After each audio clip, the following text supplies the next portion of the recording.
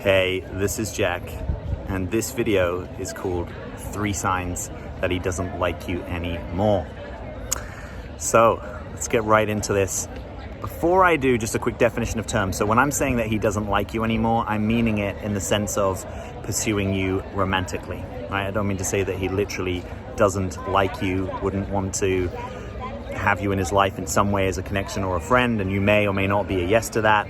But I'm talking about he's liking you and he's therefore wanting to connect with you romantically and continue to do that and ideally progress that kind of way of orienting to you. So let's give you the first sign. And the first sign that he doesn't like you anymore in that way is that he is less communicative with you, right? So you have noticed that there is some kind of drop off in his communication.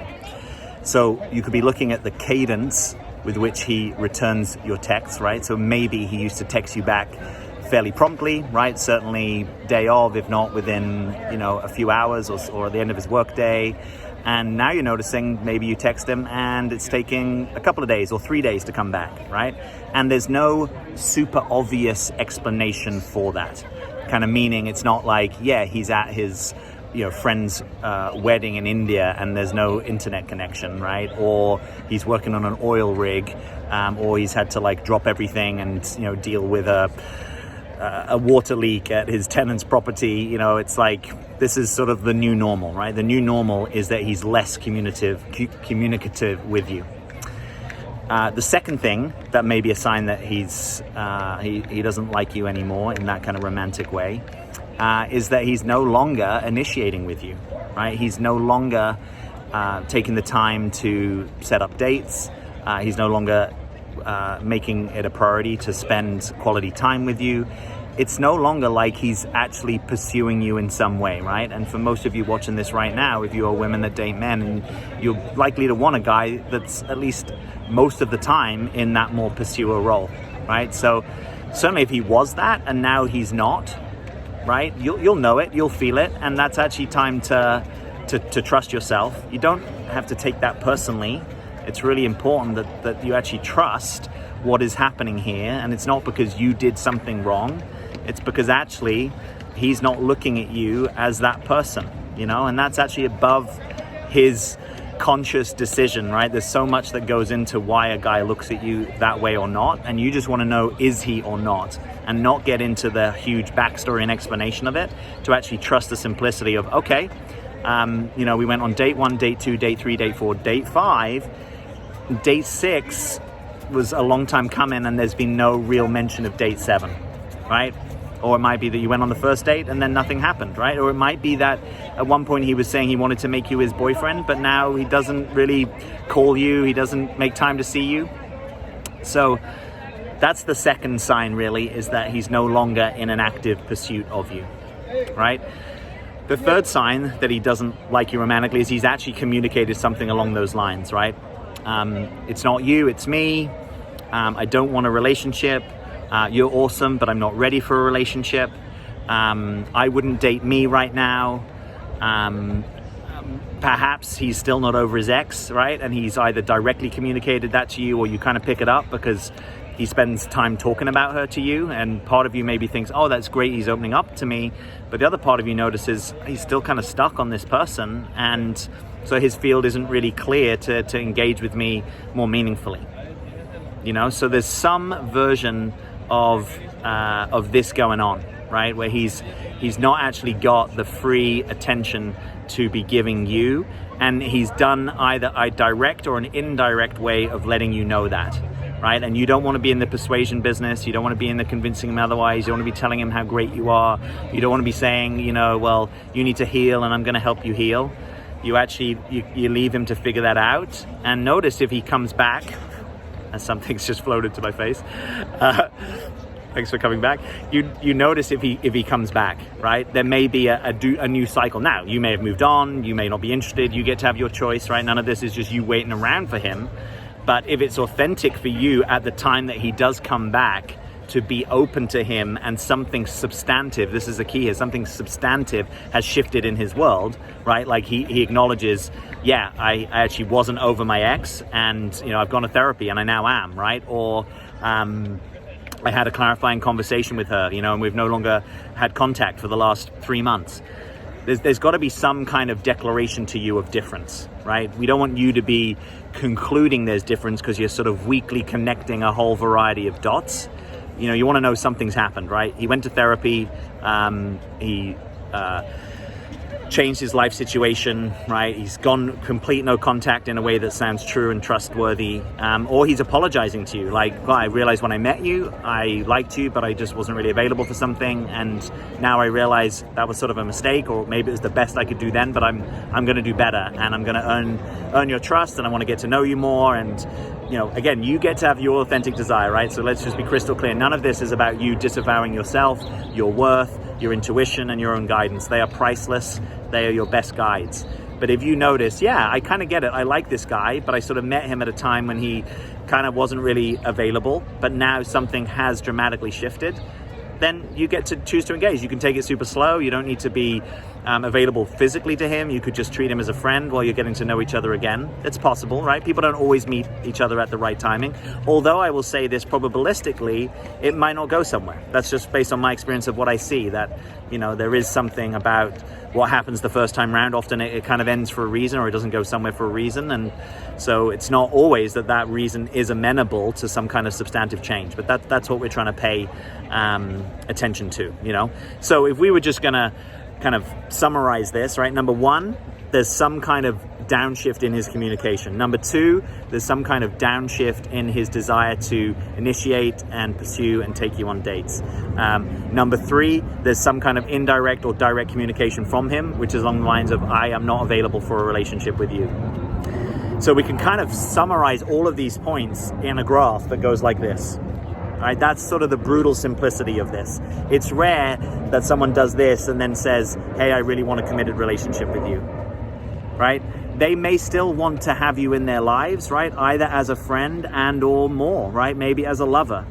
But you've got to notice the direction of that graph, right? You've got to look at that with as much sobriety and objectivity as you can. And I'm not making a guy wrong doing this. I've been a guy that's done this. Probably every guy has been a guy that's done this at some point. You might have been a woman that's done this at some point, where you thought you were interested in him, and as you got to know him, actually, it's not very aligned for you, right? And guys are always likely to be somewhat interested in the initial throes of things, because there's newness, there's excitement, there's probably physical attraction, so that at the beginning does not necessarily predict whether it's going to do this or whether it's going to be like dropping off like this. So I kind of came up with this drop-off guy as a very simple way of talking about that, right? That you've got to notice the drop-off. And for most of you, you'll be noticing it emotionally, right? Because you've just got less coming towards you. You feel less interest, less engagement, less desire to get to know you, right? If it's always just a quick like, hey, how are you? Hey, how are you? That's fine. You can be friends, and if you authentically want to be available for that. But that's not like, hey, how are you? And let me talk to you more about this. And actually, I would love to meet up and talk to you about it. And let's actually engage on it, right? So the other thing you could notice is he used to be interested in some kind of in-person connection, and now he's really just interested in texting with you. That's a significant drop-off. And so you get to set the parameters of your play, right? That's the staying in, sometimes the reclaiming your power. Right? What we don't want you having to do is to make this a story about you and your worth. We want you to honor your authentic boundaries. Sometimes it's absolutely authentic for you to say, I like this guy, and yeah, maybe I would have been interested in pursuing something romantic, but I'm actually okay that we're not. I just kind of like having him in my life, and I'm not needing to see that as some potential upgrade into something else. I'm just enjoy connecting with him, right? Like, we have lots to talk about, and that's totally fine with me. My heart isn't aching when we spend time together and then I don't hear from him for a few days, right? That's sort of perhaps the easiest way of noticing it. Is it a genuine friendship to you, or is it actually that you want more, right? You get to want more, but what I would counsel you against is keeping a guy in your life who's declared that he doesn't want more, and more isn't really available, right? You've been friend zoned and you actually don't want friends, and that's a difficult situation to be in, because it's actually more loss, right? The easiest situation to be in is when the guy friend zones you, but you're actually fine with it, right? You may have been interested to pursue more, but friends works for you. What's hard is if you have more feelings and more investment. So friends is just kind of a slight continual torture to you, right? It's It's always there's always a background question for you. It's always adding to your sense of doubt. You're always wondering about that what if. You're likely to be over-interpreting, right? So maybe one day his hug just lingers mildly longer and you wonder, oh, is he trying to reveal something, right? Or he opens up slightly more and you wonder, is this just a friendship share, or is he now kind of wanting a relationship with me? We want to be out of the business of having to decode the signs, right? And we want to be more in the business of, what is clear and direct. And sometimes you have to go through that double loss, right? The double loss is not only is he not available to you romantically, but you might have to draw the line and say, I can't be friends with you. So now I am actually going to lose you in my life, at least for this season of the cycle while I move through whatever feelings I have. And that's just a difficult place to be. I don't think there's a silver bullet to that. Sometimes, the way around is to go through, and you have to go through feeling that and feeling the loss and the hurt and the pain and the rejection. But you'll be strong enough. You'll come through it, and actually you'll come through it stronger because you will have honored yourself, right? Any time that we're in the business of honoring ourselves, even if we do it clumsily and reluctantly, we tend to get to a better place. It will tend to be easier and clearer for you in the future, to the point where you might have a guy be downshifting with you, and you might just be able to say to him directly, it kind of looks like you want friends or nothing more. Am I reading that correctly? And you care enough about the truth that it can get a little unharmonious, and you're willing to risk that, right? That's sort of the direction of travel here, is it's going to get easier and quicker for you to engage in the truth of what's happening in a particular unfolding connection. And there's such a power to that. And maybe you've never even had an experience of it, so maybe I can just be the sort of steward of your self-belief until you have that direct experience. But I think once you taste that, you'll like it and you'll want more of it, and your dating will occur to you as simpler and less frustrating and less something to be afraid of. So let me know, leave me a comment. What's your experience of this? Have you had this experience of any of these drop-offs I'm talking about?